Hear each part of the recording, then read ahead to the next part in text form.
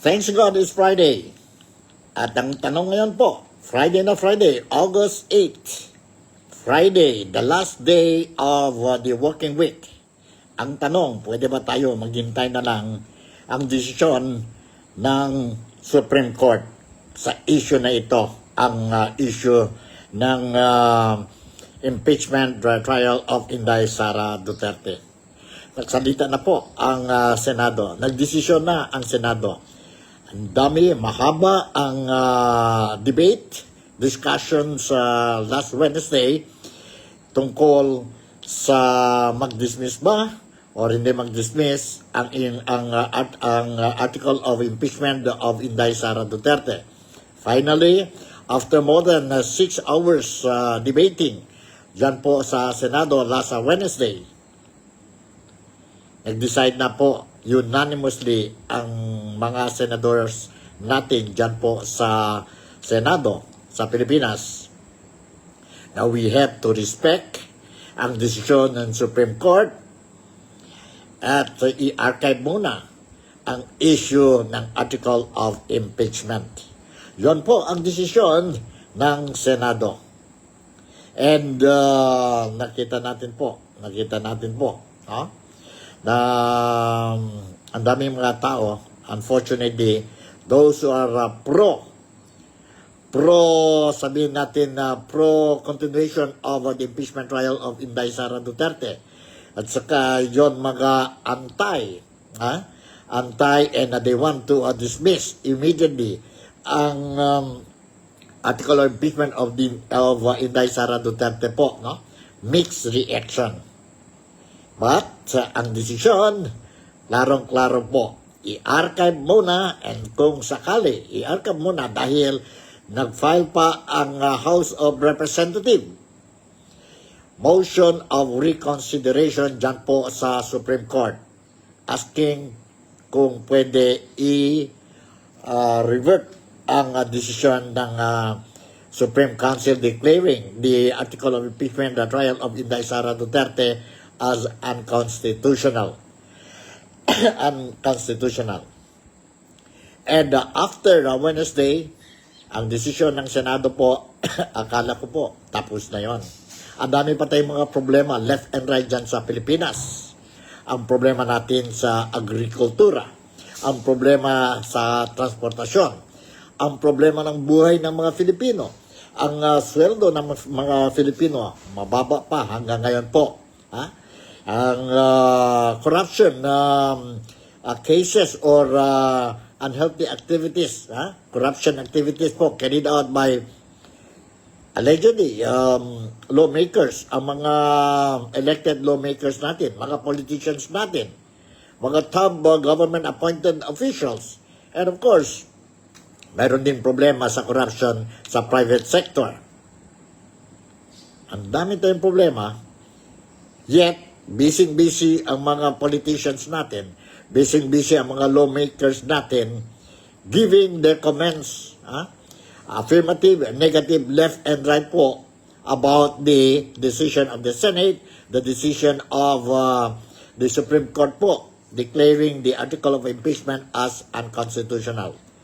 Discussing repeatedly, giving their own interpretation of the law, which unfortunately po, para sa akin, this is my personal opinion, para sa akin po, the more we talk, the more they talk, itong mga lawmakers natin, trying to defend their side, the more Filipinos are being confused. And is it healthy? Healthy ba yung ganyan po? I don't think so po. Hindi yun healthy po, no? Forget it. Hintayin na lang natin ang desisyon ng Supreme Court regarding the MR or motion of reconsideration of the House of Representatives po, no? Maybe it will take 1 week, it will take 1 month, it will take a couple of months, no? But definitely, there will be a decision. So habang naghintay tayo po ang desisyon ng Supreme Court natin, ang desisyon ng Senado last Wednesday po to archive muna itong issue, why don't our lawmakers, politicians, government officials po rectify ang mga problema natin po? Yon ang kailangan natin po, no? Yon ang kailangan natin. What we want to know, what we want to hear, ngayon is maybe ang reaction ng person involved, individual involved, kagaya ni Vice President Inday Sara Duterte, no? Because he's involved in this article of impeachment complaint. And ano ang reaction ng presidente natin, si President Ferdinand Bongbong Marcos? At tama na yan mo, mga lawmakers natin, mga politicians natin. Tama na yan po, left and right, mga so-called. Although I also respect them lang. Ito nga mga, sabihin natin, political analysts, mga professionals sa law, and mga commentators, political commentators, mga vloggers. Siguro, what we should do now, para sa akin po, is forget the whole thing, itong issue, and let us focus ang problema ng Pilipinas. Let us focus. Ito ang problema ng the most, sabi nila, corrupt national budget po, 2025. What we want to know, hindi yun na impeachment trial or decision ng Senado the other day. What we want to know, can anybody from the Congress explain to us what really happened sa 2025 national budget? Kasi it involves ang taxes, ang pera ng mga Filipinos, and because of the question marks dyan po sa national budget natin po, apektado ang entire Filipino community or ang bayan natin po. Very soon, ang authorities concerned, both the House of Representatives and our Senate of the Philippines, will be deliberating again po ang national budget for 2026. Bago sila will come up with the national budget 2026 po, ang mga Filipinos po, we want to know what really happened. What really happened sa 2025 national budget, which has been described by many politicians, lawmakers, as the most corrupt national budget of the Philippines. Yun po ang gusto natin po malaman. Hindi na ito pong kasi mayroon na desisyon sa article of impeachment of Inday Sara Duterte. Nag-decide na ang Senado. Nag-speak out na ang House of Representatives that they do not totally agree with the decision of the Senate made last Wednesday. And they already filed ang MR or motion of reconsideration dyan po sa Supreme Court po. And tapos na yan. Tapos na yan po. Maghintay na lang po. No point of talking and talking po. It is just confusing. Just confusing ang mga Filipinos po. Pwede ba maghinto na lang tayo muna? And maghintay na tayo ang decision ng Supreme Court. Ito ang mga issues po that we are going to touch sa programa natin na today, August 8. August 8, thanks God, is Friday. To those who are celebrating the birthday today and other special occasions, I would like to greet and wish each and every one of you a happy celebration po. I hope your celebrations will be happy, memorable, and problem-free. Ito po si Nico Fabian once again inviting each and every one of you, particularly itong mga kababayan ko dito po sa Malaysia, sa West Malaysia, sa East Malaysia. West Malaysia, East Malaysia, particularly dito po sa Sabah, East Malaysia, and very specific dito po sa Kota Kinabalu, the Lone City of Sabah. The purpose of my vlogging po is to make sure that ang mga kababayan natin po dito sa Sabah will be in whatever ways po, you will be able to be given the news that you deserve po habang nagtrabaho tayo po dito sa bangsa ng Malaysia. At this, malalaman ninyo po, malalaman ninyo po what is happening dyan po sa Pilipinas, because whether we like it or not, the temporaryo lang po ang stay natin dito sa ibang bansa. Dito sa Malaysia po. There will come a time wherein we will be going home sa Pilipinas, and when we go home, we want to see our loved ones that we left behind dyan po sa Pilipinas will be successful in their life. Medyo successful sa buhay nila po dahil nagsakripisyo tayo dito sa ibang bansa. Sa mga overseas Filipino workers natin po sa iba-ibang parte ng mundo, same thing, good morning, good afternoon, and good evening. Salamat pagi, salamat patang, and salamat malam sa inyong lahat. And magandang araw po sa ating lahat. Assalamualaikum po. Alright. Now, of course, we want to know ang mga issues dyan sa Pilipinas. We'll be touching on ang reaction ni Inday Sara Duterte, ang Vice President natin sa Pilipinas regarding ang desisyon ng Senado. I will also be sharing with you some video clips ang reaksyon ni President Ferdinand Bongbong Marcos regarding ang desisyon ng Senado last Wednesday. And of course, I will also be touching towards the end of this program ang latest updates tungkol sa sitwasyon ng former President ng Pilipinas, si former President Rodrigo Roa Duterte, dyan po sa International Criminal Court Detention Center dyan sa The Hague. Medyo nag-ubo-ubo tayo ngayon dahil sa weather condition. It is a very unpredictable ang weather condition natin dito po sa Malaysia, and I suppose po dyan po sa Pilipinas ganun din po ang sitwasyon, no? Unpredictable. Kaya ingat tayo sa salud natin. Okay, to start with, I would like to pass this information sa inyong lahat po regarding ang sabihin natin reaction ni Inday Sara Duterte when we talk about itong desisyon ng Senado. Desisyon ng Senado po, na archive ang article of impeachment of Inday Sara Duterte. Nag-archive na po. Some they describe it as a dead, but not yet buried. Dead but not yet buried. It can be revived. Archive lang yan po muna.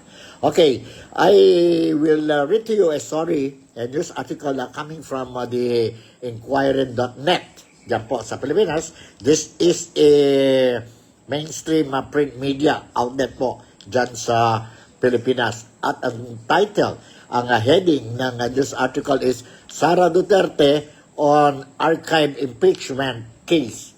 Respect the Senate. Yan po ang heading ng story. And nandito na po ang details of the story. Vice President Sara Duterte welcomed the Senate's decision to archive the impeachment case against her, stating that the upper chamber's decision must be respected. Sabi ni Inday Sara Duterte, we have to respect ang desisyon ng upper chamber. Ano ba yon na upper chamber? Ang upper chamber is ang Senate of the Philippines. Meron tayong 24 senators. Duterte issued the statement just a day after the Senate voted to archive her impeachment case following a Supreme Court ruling that deemed the complaint unconstitutional.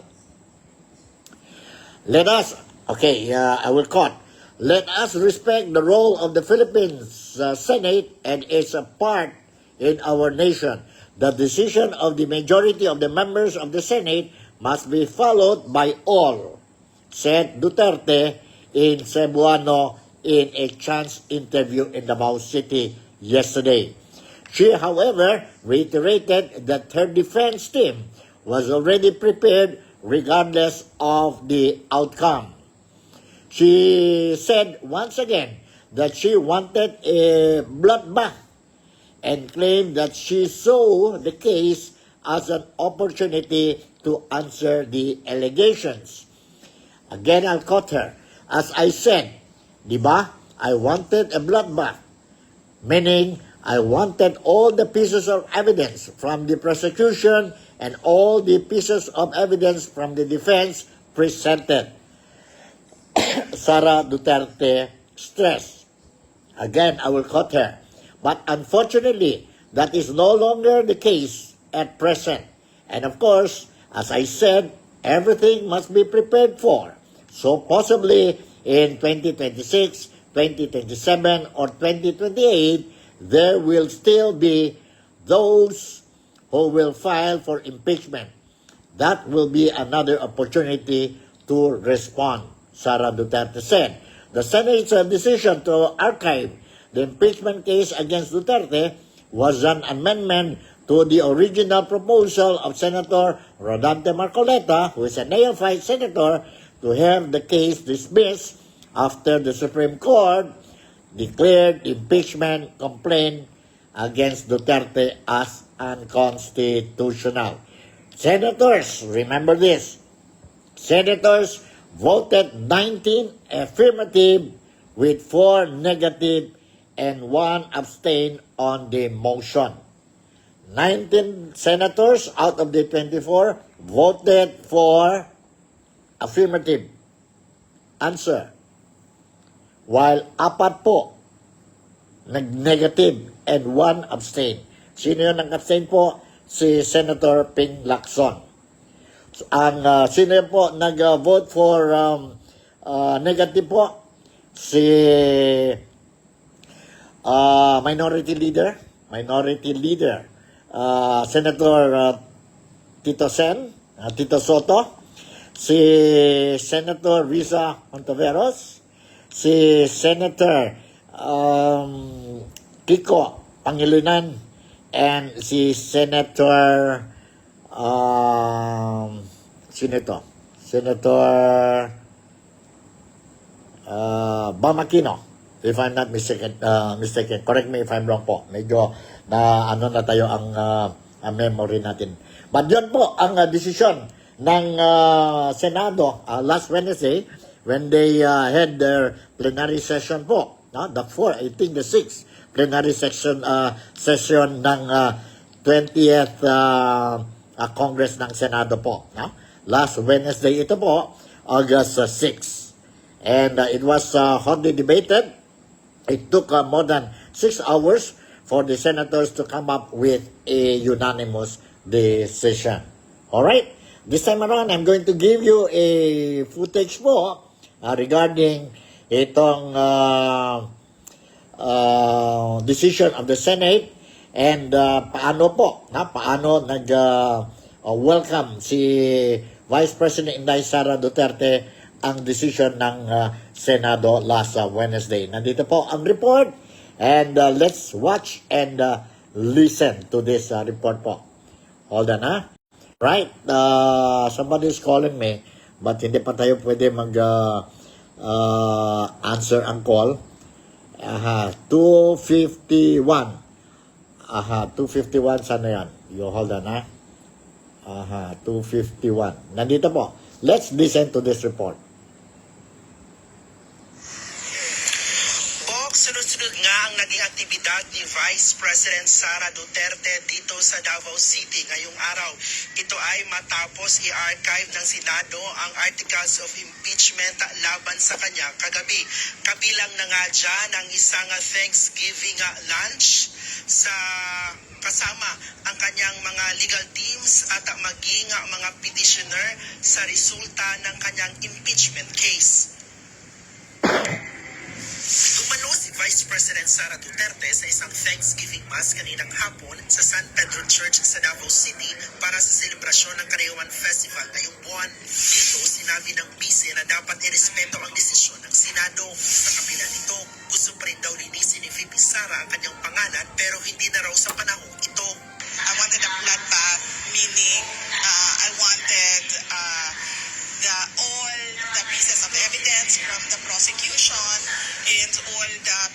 evidence from the defense presented for everyone. But unfortunately, wala na siya. So possibly, wala takipalo, 2026, 2027, 2028, na ay mga mag-file na po og impeachment. That will be another opportunity to answer. Tungkol naman sa sinabi ni Senator Alan Peter Cayetano na dapat talunin na lang si VP Sara sa 2028 elections kung gusto talaga nilang maalis ito sa pwesto. Ito ang sagot ni VP. Well, yes, ang ato ang mga senators na sila kaugalingon po nila na mga stand and opinion, and we should respect each manifestation and stand sa ato ang mga senators. Ayon pa sa bise, masaya ang ama niyang si dating Pangulong Rodrigo Duterte sa desisyon ng Korte Suprema na ideklarang unconstitutional ang impeachment case. Tinawagan siya ng kanyang lawyer at ipinalita sa kanya na nanalo siya sa Supreme Court case, na mag-relax daw siya for 1 day. Hindi daw siya mag-meetings at hindi siya mag-physical therapy dahil gusto niya daw i-enjoy yung moment na nanalo yung kaso sa Supreme Court. Kinumpirma na rin ni VP Sara na pinagbawalang makabisita ang common law wife ng dating Pangulo na si Anlet Avancenia sa detention facility sa The Hague. Hindi ko alam kung ano ang rason dahil hindi pinakita sa amin yung papel kung ano yung rason ng pagbabawal ng pagbisita ni Ms. Anlet Avancenia. Alright, yun po. Ano nangyari kahapon after Inday Sara Duterte was informed na ano ang desisyon ng Senado po. 19-4-1 ang desisyon sa votation dyan po sa Senado last Wednesday. She's happy, of course, ang desisyon, and of course, mayroon din siyang mga ibang reservation tungkol ang statement niya po, earlier statement, ang bloodbath po, no? But anyway, sabi niya, sige, maghintay tayo. It is not, it is still possible that there will be other, sabihin natin, impeachment complaint against her. It could be next year, 2026, 2027, or even 2028 po, bago ang presidential election, no? Scheduled dyan po sa Pilipinas. And sabi niya, that will be another opportunity for her to respond. Yan po. Yan ang reaction. And she also mentioned, you heard it from her, dito po sa video clip that a few seconds ago I shared with you po.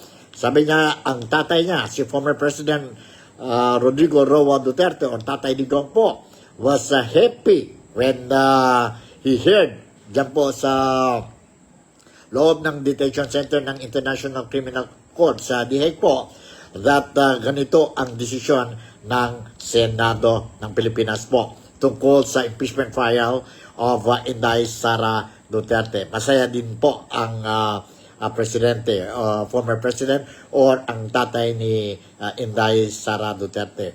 Normal yan po. Bilang isang tatay, normal lang yan po. No? Normal yan po. So, yan po, this is what we want to hear. Ha? Ayaw na natin yun. Marami pang mga interpretation of the decision, actions are made by the 19 senators po. It was unanimous, and we have to respect it, and we have to wait.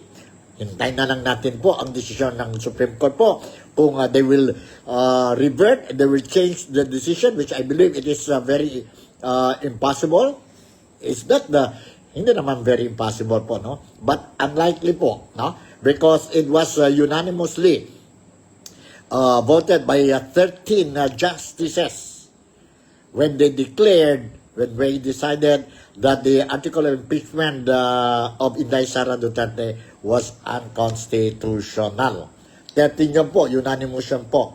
So, medyo mabigat. But, who knows? Who knows po? Ngayon, mayroon na a motion of reconsideration filed by the House of Representatives. Baka po, they will change. And in the event, it will change po. So, definitely, matuloy na naman po itong trial, impeachment trial ni Inday Sara Duterte. But until when the Supreme Court will announce the decision on the MR, motion of reconsideration po, in the meantime, sana lang po ang mga politicians natin, ang mga lawmakers natin, mga bright people natin dyan po sa Pilipinas, hindi lang sa Pilipinas, sa ibang parte sa mundo po, who would like to comment on the issue po, sana lang po magdandahan na lang muna tayo para hindi na tayo, ang mga tao sa Pilipinas po will not be confused. Focus na lang tayo po. If we want to say affirmative, negative criticism po, siguro not on this issue po. Muna tayo. I-archive muna tayo itong issue. Affirmative, negative criticism po. Maybe we can touch on other issues like ang corruption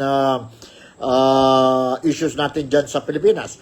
Ang nangyari, no? If you want to say affirmative, positive, or a negative criticism, why don't you touch on the issue of the numerous alleged flood mitigation project. According to President Ferdinand Bongbong Marcos, may duda na siya po. Mayroon ghost projects, mayroon hingi ng SOP, mayroon kickbacks, and many more. Anong problema natin sa bigas? No? Mahal ang bigas. Ang overcrowded of hospitals dyan po sa Pilipinas.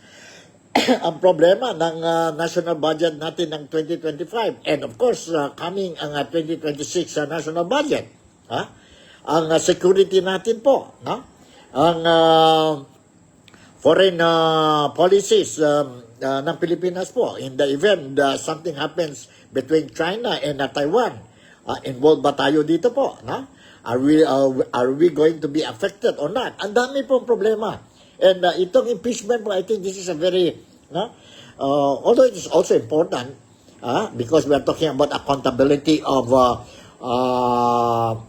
impeachable officials natin po, no? But ang code is very clear po. Sinabi talaga ang code. It doesn't mean that wala na ang si Inday Sara when we talk about the accountability complaint. Pwede din yan po. Mayroon tayo sa ombudsman if they really want. Nakita ko po, itong impeachment trial, they don't want to bring ang mga complaints nila sa ombudsman or sa korte po, no? Dahil po, kung sa korte yon, kung sa ombudsman yan po, the case will be quiet. While kung sa impeachment trial yan po, there is a great opportunity for politicians to grandstand every day po as long as mayroon hearing po. They will be grandstanding, they will be, enjoy ang publicity po.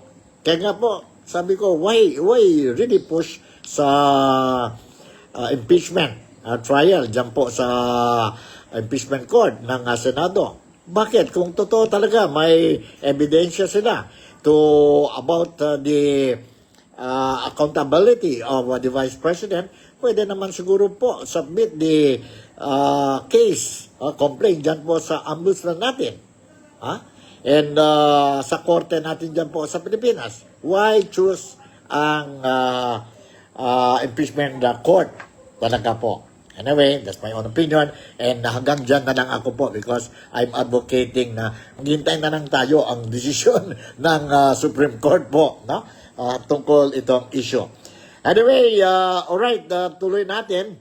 Let me share with you a little explanation na coming from the Supreme Court po, sa spokesperson nila po.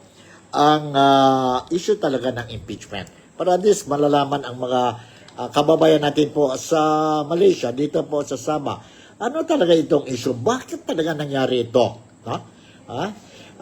Let us hear the explanation from the authorities concerned. From the authorities concerned. Nandito po, sandali, after this, I will give you the statement coming from the defense lawyer of Inday Sara Duterte. Alright? 137. Asan yung 137? Hintayin natin na let's look for the 137. Aha, saan yun? 137. Alright. Okay. Let's listen to this. Mas maintindihan ng publiko. Ano po yung naging dahilan ng Korte Suprema kung bakit nga po naging null and void ito nga po articles of impeachment at hindi po dapat matuloy ito nga po impeachment trial laban kay Vice President Sara Duterte? Well, number one, it said that the articles of impeachment, which was the fourth complaint, violated the one-year period ban because there were three complaints that came ahead of it. And although Congress was able to include it in the order of business, it did not refer it to the proper committee within the 3 days because they had to adjourn.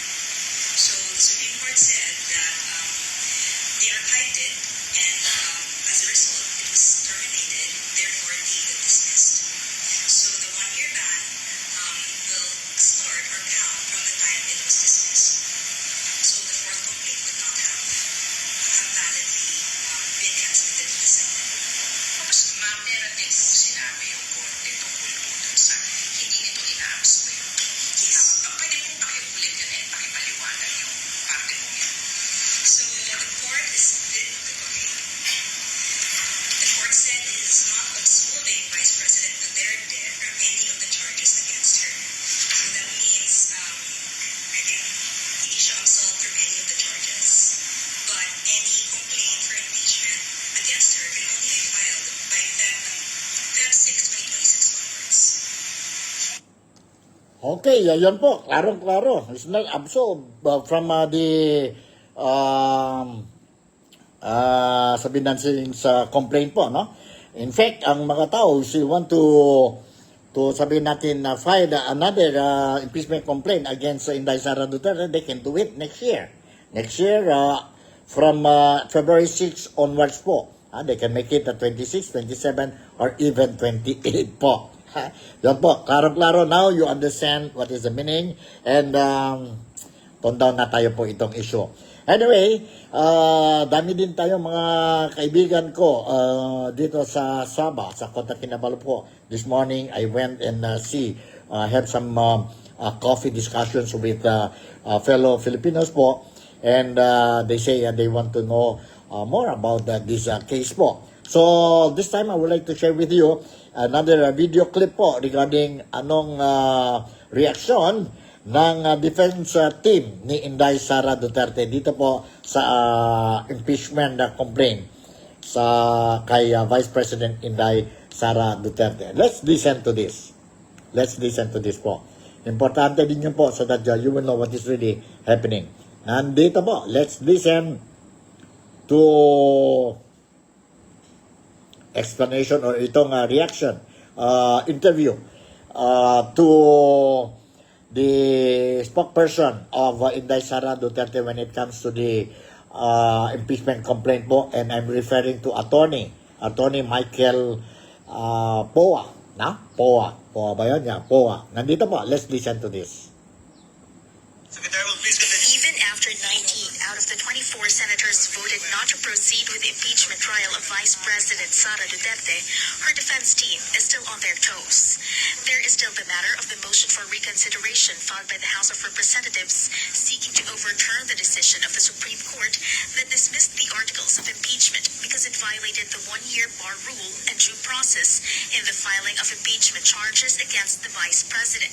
It is also possible that House members will file a new impeachment case against the second-in-command after the ban lapses in February 2026. As lawyers, we always anticipate situations, no? And you always have to even expect the unexpected. So I don't think we have a level of comfort at this point. We are just preparing for any eventuality. Para naman walang gulatan, diba? Right now, if people ask me, posible ba na magkaroon ng second complaint? Do you think there will be a second impeachment complaint after the one-year bar? I would say it's a possibility. And we are ready for that possibility. Poa says the recent Senate decision is not expected to significantly affect the comments to the impeachment discussions that they will soon file before the High Court. what's its effect? Nothing really, because na-file na naman yung motion for reconsideration before the proceedings yesterday. So nakalatag na yung mga arguments ng House of Representatives. So ang ginagawa natin ngayon, hinihimay na natin yung mga arguments nila to ensure that we are able to respond to each and every one. While the Vice President and her team will no longer be hauled before the Senate impeachment court in the coming months, Poa says that he still does not see this as an absolute victory on their part. Aside from the House MR, the Justice Department's investigation into the Vice President's supposed death threats against President Ferdinand Marcos Jr. is still unresolved, while the Ombudsman is also looking into alleged irregularities in how Duterte spent the funds of the Office of the Vice President and the Education Department. If it was a victory, I wouldn't say it was a victory for the Supreme Court. I would say it was a victory for the rule of law, because as you saw, the Senate abided by and adhered to the decision of the Supreme Court, which it specifically said na immediately executory yung decision niya. Poa says he cannot decide for the Vice President on whether or not she should accept Senator Erwin Tulfo's challenge of voluntarily explaining to the public questions over her office's expenditures in recent years. I wouldn't know the plans of the Vice President, but as a lawyer, I honestly would rather that we deal with it in COA, kasi yan naman talaga yung ahensya na magsasabi kung meron talagang maling nagawa sa confidential funds. Meanwhile, Vice President Duterte joined a Thanksgiving celebration with her legal team and petitioners who pushed for the dismissal of her impeachment complaint in Davao City. Alright, yun po ang reaction, comment coming from the defense team of Inday Sara, Vice President Inday Sara Duterte po regarding itong decision ng Senado last Wednesday. Since we are talking about the Inday Sara Duterte, Vice President Inday Sara Duterte, now let me share you another video clip wherein Inday Sara Duterte was asked to comment on the statement made by the administration regarding her trip sa Kuwait. Okay? Nandito po. Nandito. Let's listen to this. Okay? Hold on, ha? Saan ba yun? 204. 204.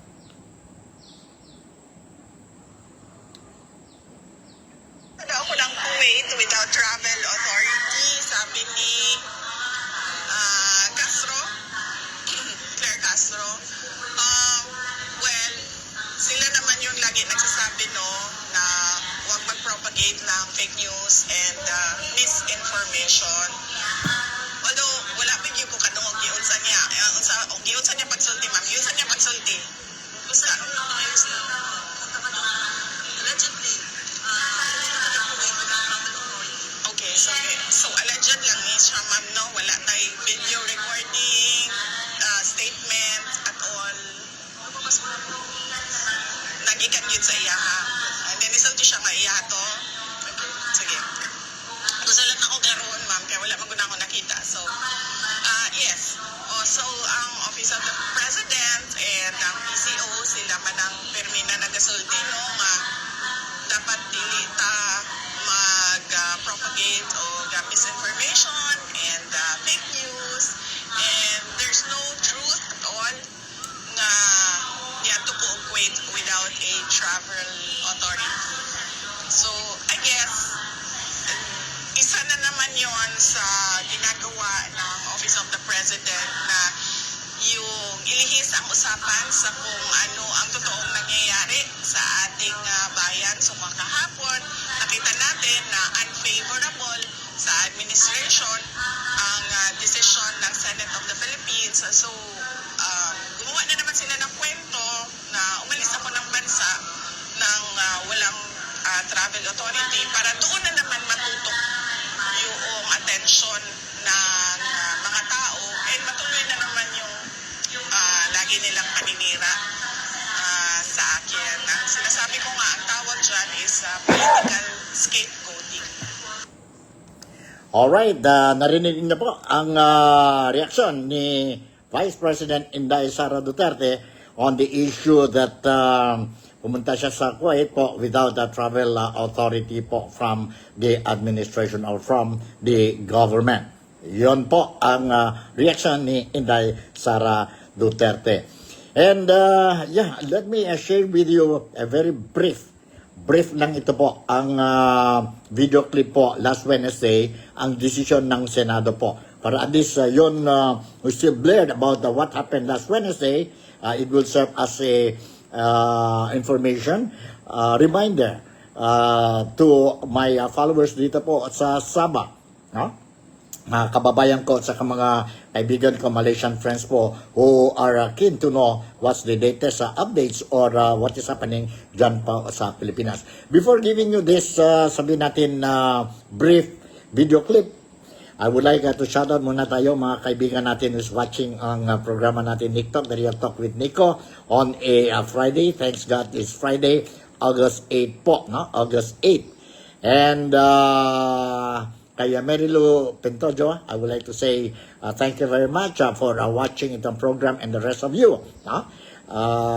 Maraming salamat po. Shukran sa inyong lahat. And dito lang po sa programa natin, you will be able to be updated. Maybe not all, but at least, ang mga importanteng breaking news or happenings dyan sa Pilipinas, you can get it from Nick Talk, The Real Talk with Nico. Nandito po. Nandito po, I would like to share with you again. Again, ito po, no? I would like to share with you again what happened sa ang desisyon ng Senado last Wednesday. And let's welcome once again si Senate President, Senator Chis Escudero or President Chis Escudero. With 19 affirmative votes, 4 negative votes, 1 abstention. The motion of Senator Marcoleta, as amended by Senator Joel Villanueva, adhering to the immediately executory decision rendered by the Supreme Court en banc on July 25, 2025, which among others held that the articles of impeachment are null and void ab initio and that the Senate did not acquire jurisdiction and to transfer the articles of impeachment in relation to case number 002-2011 entitled In the Matter of the Impeachment Trial of Vice President Sara Zimmerman Duterte to the archives. The same is hereby approved. Alright, yun po ang decision last Wednesday ng Philippine Senate natin po as announced and officially proclaimed by Senate President Chis Escudero. And finally, ang last video clip that I want to share with you regarding ang case ni Tatay Digong or former President Rodrigo Roa Duterte dyan po sa International Criminal Court wherein they filed a disqualification move, no? Against itong si Karim po, no? And let's listen to this video clip. Video clip po. Nandito. Hold on ha. Saan na yun? Brief lang ito. But okay na din. Importante ito po. Nandito. The camp of former President Rodrigo Duterte appealing to the International Criminal Court to disqualify Chief Prosecutor Karim Khan from any further role in his case. Duterte's defense team argues Khan's former representation of an alleged policy of extrajudicial, drug-related killings in the Philippines and his role in the trial of Duterte can be considered an irreconcilable conflict of interest. According to the filing, Khan, as a private lawyer, represented victims of the war on drugs before becoming the ICC's chief prosecutor in 2021. The lawyers of Duterte also questioned Khan's character after being accused of sexual assault. Khan is currently on a self-imposed leave due to the allegations. Back in June, Duterte's defense team also sought to disqualify 2 judges hearing the jurisdiction issue in his case, which the ICC rejected. Duterte's confirmation of charges hearing is set on September 23rd. A low-key celebration of Alright, yan po ang latest updates regarding sa case ni former President Rodrigo Roa Duterte. Sorry, before I will forget, malapit na po, makalimutan natin po. Mayroon interview si President Ferdinand Bongbong Marcos Jr. Ngayon, I think he's coming back to the Philippines, going back to the Philippines po. After visiting India, no?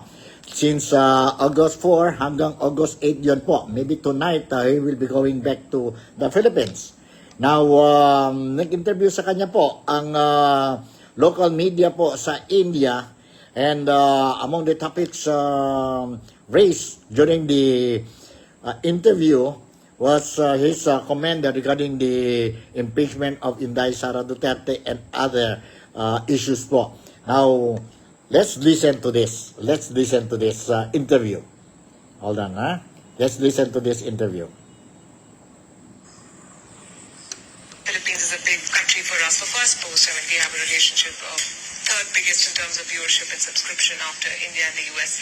So for the domestic audience, if I could ask you about your relationship with the Vice President, Sara Duterte. I know you refused to comment on the impeachment process, so let me ask you point blank, do you support the removal? I've not refused to comment on the impeachment process. I just said, I made it very clear that the executive, the president, has very little role to play in that process. So we are of course very interested parties, very interested observers, but it doesn't go beyond that. Well, I think that the political heat, all the noise is toned down, and we are because that was on the build-up to the last election in May. There was what we call the midterm elections. The president and the vice president are not candidates because we have a 6-year term. Everyone else, more or less, has a 3-year term. The senators, 12, that's how we elect them. So it was a build-up to the elections. So the political heat, the political noise, the political rhetoric, of course, rose accordingly. But the election is done. It was conducted very well.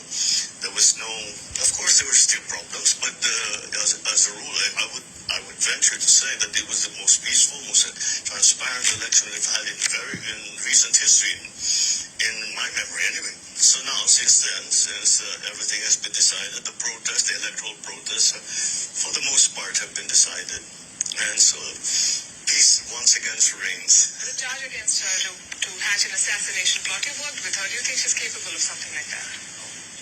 I don't know.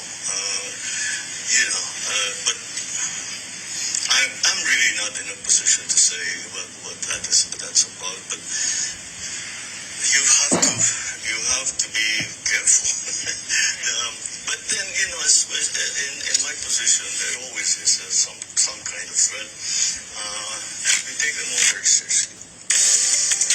Alright, yan po ang boses ni our President, the President Ferdinand Bongbong Marcos Jr. during an interview dyan po sa India, carried out by a local Indian media po. No? Media po. So, yon ang reaction, ang reply niya po sa mga questions raised to him by this lady interviewer from India po during the exclusive interview sa kanya po. I think it was held yesterday po, no? Yesterday. So, eto na po. Siguro dumating na tayo sa oras na kailangan we have to say goodbye. But anyway, before concluding itong program natin, I would like to congratulate ang kaibigan natin from Zamboanga, and now he is the third congressman of Zamboanga City representing the GSIS-SSS party list po. No? And I'm referring to no other than Congressman Rolly Makasait. Si Rolly Makasait. Congratulations to you, because I was made to understand officially you've been elected or appointed as the vice chairman of the Civil Service and Professional Regulation Committee dyan po sa House of Representatives. Congratulations to you, Congressman Rolly Makasait. And hope to hear from you. Reaction coming from itong issue raised by Senator Risa Ontiveros yesterday ba yun, or the other day, regarding itong funds of the GSIS being used sa gambling. Sa gambling. Ano ba ito po? No? Sana si Congressman Rolly Makasayid would say something on these things because we also want to know anong reaction niya po tungkol itong issue. And of course, my bad news and good news. Pagdating naman sa good news po, we want to hear from Congressman Rolly Makasayid. Anong reaction niya, anong mensahe niya po para sa pensioner ng SSS, because I was made to understand and it was officially announced that there will be increase of pension payment to the pensioners of SSS. So yun po. Again, congratulations to Congressman Rolando Rolly Makasayid from Zamboanga City, and he is representing ang party list niya po, GSIS SSS party list. So with this, once again, si Nico Fabian would like to say thank you very much for making me a part of your day today.